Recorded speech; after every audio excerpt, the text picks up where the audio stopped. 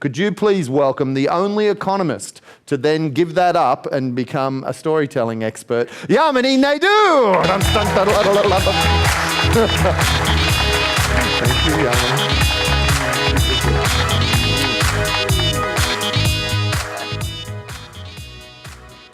I remember when I was 10 years old, my teacher, Miss Asha, came into the classroom and she asked us to write up a sentence. She said the sentence has got to have 10 words, and each of those words could only have 2 letters, and the sentence has to make sense. 10 words, 2 letters, a sentence that has to make sense. We tried and came up with nothing. She then wrote up on the board, "If it is to be, it is up to me. If it is to be, it is up to me." That day, Miss Asha influenced a classroom full of children to think differently about life, not just in the moment or for that day, for the rest of their lives. That was my first brush with influence, and I was hooked. Influence is about getting people who turn up to turn on. And influence is the key to your success as a leader, in sales, in organizations. Now, I believe so much in influence that 10 years ago, I co-founded a company that did just one thing. It specialized in the oldest form of influence, in storytelling. So here I am. I'm an economist by training. Any economists in the room? A couple. Do you know how many economists and lawyers jokes there are in the world? Actually, just 3, because the rest are true stories. So here I am. I'm an economist by training, and I co-found a company that does storytelling. And I was so excited. I raced home to tell my mom. I'm like, "Mom, I'm going to be doing storytelling." And my mom replied, like any good Indian mother would, "Is that a job? Why can't you be an IT or be a doctor? Storytelling you do on weekends." Storytelling is as old as time. Storytelling is timeless. And storytelling is the contemporary tool of our time in terms of influence. Now, influence is so important that every year, Time magazine, they publish a special edition, and it's dedicated to the world's 100 most influential people. And this year, Beyoncé is on the cover of Time magazine. I'm just getting my clicker to work. Moment of pause. Beyoncé is on the cover of Time magazine. And the blurb on Beyoncé says, "Beyoncé doesn't just sit at tables. Beyoncé builds better tables." And that's what influence can do for you. It can help you build a better table. Whatever that looks like for you. More clients, increased sales, soaring engagement scores. So I'm going to share with you 3 ideas around influence. Traditionally, influence has been about hard power, command and control, yell and tell, coercion. If you've ever had a boss pull rank on you, or you've shouted at your kids, "Clean up your room or else," you've experienced hard power. Way back in the 15th century, Machiavelli said, he wrote The Prince, and in The Prince he said, "It's better to be feared than to be loved." But is it? Can I have a show of hands? How many of you like being told what to do? Almost no one. Can I have another show of hands? How many of you, no matter what, like doing your own thing? A lot of people. There's your problem right there. When you try to influence using hard power, you come up against this barrier known as people. Most people don't respond to hard power. So you could get outright rebellion. And that's what happened to David Sinclair. David Sinclair is a professor of genetics. He also featured in Time magazine's list of 100 most influential people. And I saw him interviewed on TV. He featured in the list because he has discovered a way to make old cells in our body young again. The fountain of youth. So in scientific terms, this is massive, it's monumental. And I saw him featured on TV, and he said, you know what, it's such an honor to be on that list. But frankly, I can't get my kids to pick their stuff up off the bedroom floor. Yeah. So when you try to influence using hard power, you could get outright rebellion or grudging compliance. Or you could get that horrible thing that happens where people say yes, but they do no. And with influence, we're trying to get people who turn up to turn on.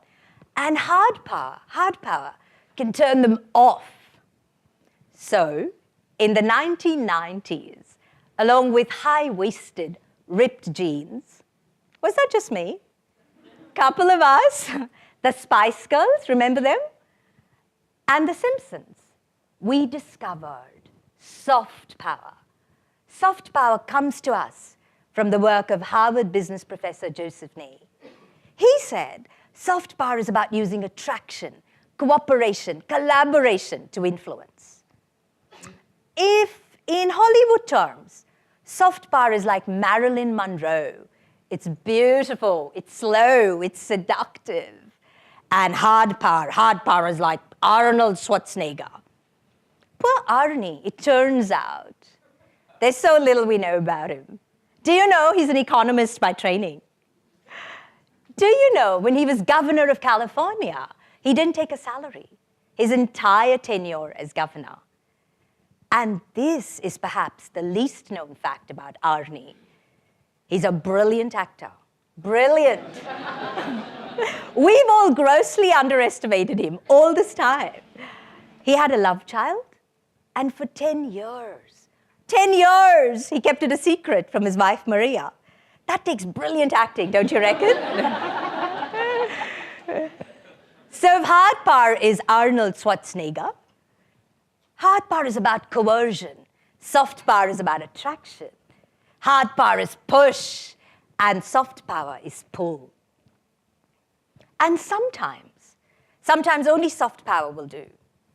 And to find out why, I want you to travel with me to Singapore. Who's been to Singapore? Love Singapore, sizzling hot, great food, hub of innovation. But sadly, on the 30th of October 2000, Singapore Airlines had a fatal air crash. 86 people died. It was a deeply traumatic time. Tiny country, their national carrier. A press conference was called, and relatives and friends of the deceased were invited to attend. The press conference was beamed live around Singapore, and everybody in Singapore stopped what they were doing to watch. Rick Clements was then the Vice President of Public Affairs. At the press conference, he stood up behind a lectern. He offered his sincerest condolences to the relatives and friends in the room. He was deeply apologetic for what had happened. He said Singapore Airlines would look at every step, process, policy to avert tragedies. Just then, a man in the audience who'd lost his brother, a distraught relative, stood up and started hurling abuse at Rick Clements. A security guard moved in swiftly to haul the man away. When Rick Clements stepped out from behind the lectern, he flagged the security guard away, and he started to walk towards this weeping man. The camera panned on Rick. You could hear a pin drop in the audience because nobody knew what would happen next. Rick walked up to the man. He reached out and he hugged him. That hug, that moved people in the room, including hardened journalists, to tears. That hug, that moment of soft power, influence not just people in the room, but an entire nation that they could move forward together. Soft power, it can give you influence far beyond the edges of hard power. Some leaders just intuitively get soft power. Mother Teresa was a leader like that. I grew up in Mumbai. Who's been to Mumbai? Fabulous. I love Mumbai. It's a city on steroids. It's got this manic energy. It's, an urban jungle. It worships commerce. When you were standing to cross the road at Churchgate Station in Mumbai, you are not standing 3 abreast or 5 abreast. How first world of you? You are standing 50 abreast with hundreds of people pressing behind you. And yet this human tsunami will magically part to give way to a barefooted monk. If you're ever running late to get on the train in Mumbai, that's what the trains look like. So you're running late to get on this train. The most amazing thing will happen. All these hands will come out to give you a hand. The power of touch, soft power, in one of the hardest places on earth. So when I was growing up in Mumbai, we'd organized a massive march all over the country against war. And Mother Teresa was invited to join the protesters. She lived in Calcutta then. And she said, please invite me when you're marching for peace. Peace, love, all soft power. There's not a lot of love in North Korea, is there? In North Korea, their leader, Kim Jong-un, they've mandated, so they've used military power, hard power. They've mandated that all university male students must sport the Kim Jong-un haircut. Hard power about soft power, the power of hair. Hair, food, culture, soft power. Connecting, consulting, collaborating, soft power. You never want to live a day without soft power. But it's always about context, isn't it? Sometimes, very sparingly, you want to use hard power, like in an emergency. But most of the time, you want to use soft power. But it's always about context. In a sense, you have to be like a Bollywood hero. Who's seen Bollywood films? I think the same people who've been to Mumbai. Yeah. The rest of you, a lifetime of delight ahead of you. Now, a Bollywood hero is many things, but he's a master of context. So 1 minute you see him and he's using hard power, and he's punching up the bad guys. And then next minute, you see him and he's dancing soulfully in the city square. Soft power, romancing the woman he loves. And when he dances in the city square, everybody there, like the passing students, the traders, the homeless guy, they all know the steps too. And they're dancing in synchronicity. Now, I have tried this in Martin Place, flash mob style. No one else knew the steps. So it's always about context. But soft power makes the world go round.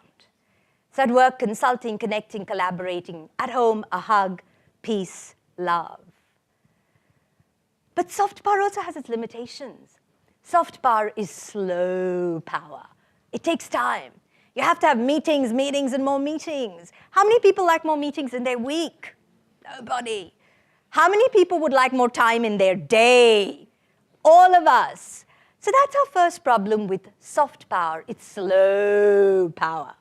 And with influence, we're trying to get people to turn up, to turn on. Soft power will turn them on, but it'll do it slowly. Soft power is also really hard to do well.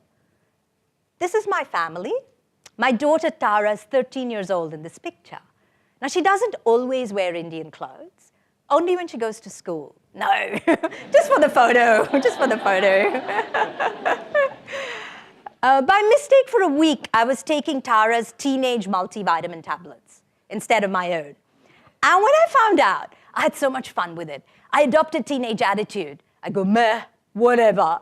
And when they say, where are my socks? I go, I don't know. I was great fun, but it was hard work. And that's what one of my clients said. He's trying to make that transition from hard power to soft power. And he said, you know what, this is really hard. It's like teaching a nun to be an exotic dancer. Soft power is also incredibly subtle. So if hard power is a fist, soft power is a fingertip. So sometimes you can miss your mark with soft power. This is what happened to Shanika Fernando. Shanika Fernando is the founder of Lentil is Anything. Great name. It's a restaurant in Melbourne, and it's based on soft power. You, as the customer, you pay what you think the meal is worth. So it's based on the power of trust. Now, Shanika, based on what his Buddhist teacher said to him, decided to seek enlightenment, to leave home in St. Kilda and pitch a tent, to live in a tent. So he pitched a tent on St. Kilda Beach. This is like pitching a tent in Bondi. So he got hassled by the council, by the police, but he did it for 3 months. And then he rang his Buddhist teacher in frustration, said, you know what? This living in a tent to seek enlightenment, it's not working. And his Buddhist teacher replied, Janika, you silly man, I never said live in a tent. I said live with intent.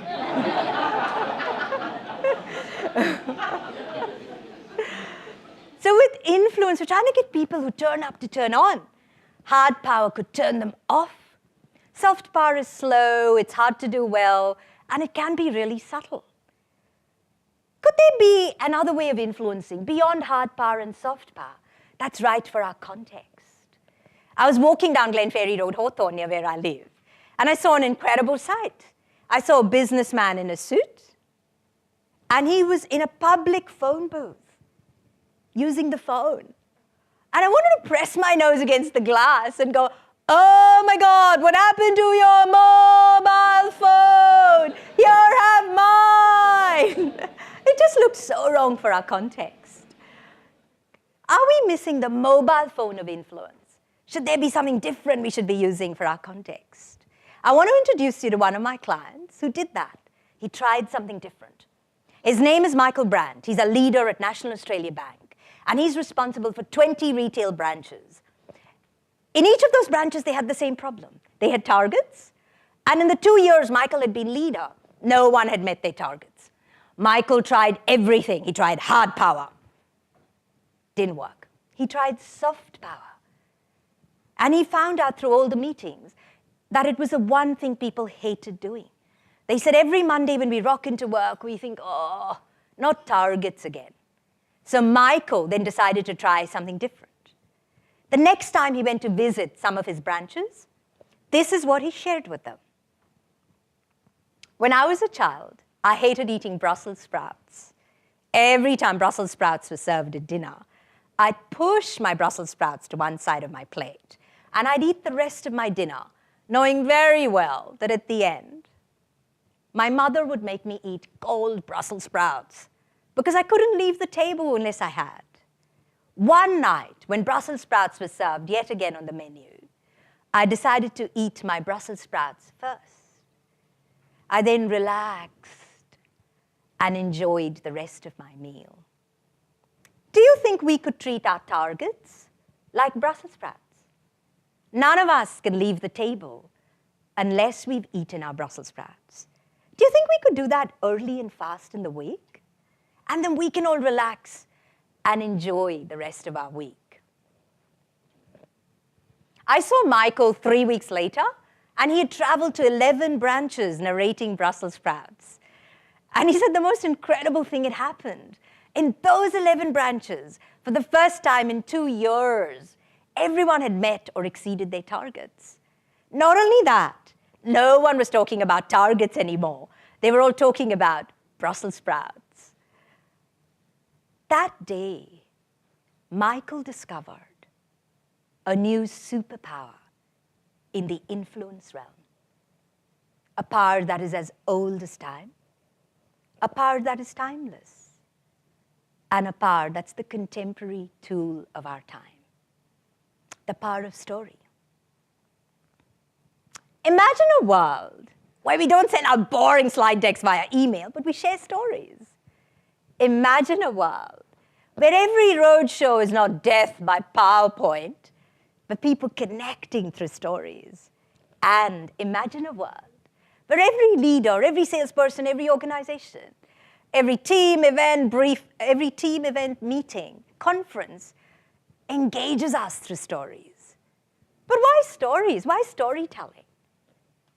Because hard power informs, soft power invites, and story power inspires. Story power, it can give you influence far beyond the edges of soft power and hard power. I want you to now travel back with me in time to do you remember where you were on the 22nd of June, 1995? I remember where I was. I was in front of my TV, getting ready to watch South Africa play New Zealand in the Rugby World Cup. This was South Africa, a fragile new democracy, taking on the strongest team in the world. Nelson Mandela walked onto the pitch, and he was wearing a Springboks jersey, a symbol hated by black South Africans, but a symbol for the white South Africans who jumped up to their feet, clapping, laughing, crying. Nelson Mandela then raised his fist in an ANC salute, a symbol for all the black South Africans who jumped up to their feet, laughing, crying, clapping. And in that one move, he united black and white South Africans. South Africa went on to win the match 15-12, and I remember crying, and I don't even like rugby. Nelson Mandela's whole life has been a testimony to hard power. He was a prisoner for 27 years. To soft power, he won the Nobel Peace Prize.